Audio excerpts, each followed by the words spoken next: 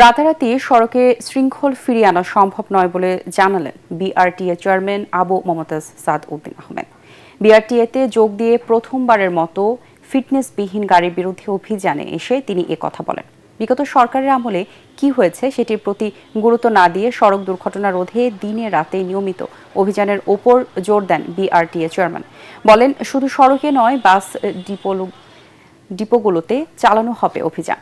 তবে অভিযানে বেশিরভাগ বিআরটিএর গাড়িতে মেলেনি কোনো কাগজপত্র।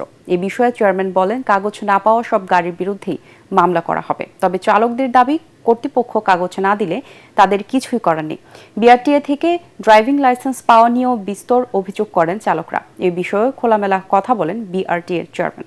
আমাদের নিবন্ধিত যে বাসের সংখ্যা, সেই সংখ্যার চেয়ে কিন্তু আসলে রিয়েলিটি হচ্ছে অনেক বেশি বাস চলছে এবং অনেক আছে, সেগুলোকে আমরা আইডেন্টিফাই করার চেষ্টা করছি। আমরা কিন্তু শুরু করেছি শুদ্ধ অভিযান।